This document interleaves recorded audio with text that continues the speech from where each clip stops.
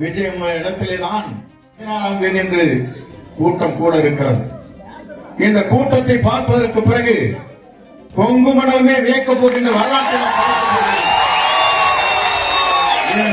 வரலாற்றுக்கு சொந்தக்காரன் நீங்கள், வரலாற்றை படைக்கக்கூடியவர் நீங்கள். ஒரே ஒளி இவ்வளவு பேர், அவருக்கு இவ்வளவு பேர் ஆதரவு இருக்கிறது. ஆனால் தமிழ்நாட்டில் இது போன்ற லட்சம் கிராமங்கள் இருக்கிறது. மனதை விடக்கூடாது. அத்தனைகள் ஒரே குறையைத்தான் கொடுத்துக் கொண்டிருக்கிறார்கள். இருக்கிற குழந்தையை கேட்டால் சொல்லுகிறது தாயிடத்திலும் தந்தையிடத்திலும் இந்த முறை விஜய்க்குத்தான் ஓட்டு போட வேண்டும்.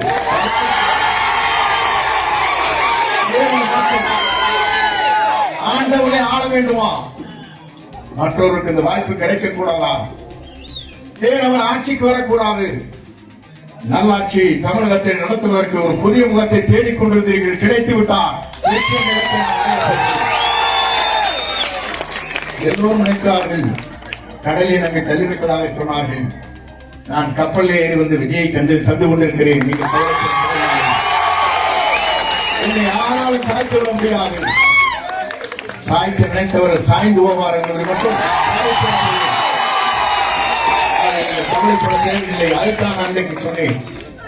நான் என்று ஒருவன் நினைத்தால் ஆண்டவன் தான் என்று காட்டி விடுவான் என்று அன்றைக்கு சொன்னேன். ஆண்டவன் எங்கே இருக்கிறார்? ஆளப்போவது விஜயதான்.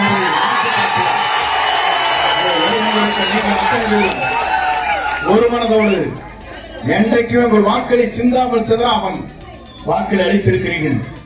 நிறைவேறவில்லை. நமக்கு சின்னம் கிடைக்கப் போகிறது எனக்கு தெரியும். ஆனால் வெளியே சொல்லக்கூடாது. ஆணை வரும் வரையிலும் அந்த சின்னத்தை பார்த்ததற்கு பிறகுதான் நாடே வியக்கப் போகிறது, நாடே அஞ்ச போகிறது. ஏன் என்று சொன்னால் இவரை வெல்வதற்கு இனி தமிழகத்திலே எந்த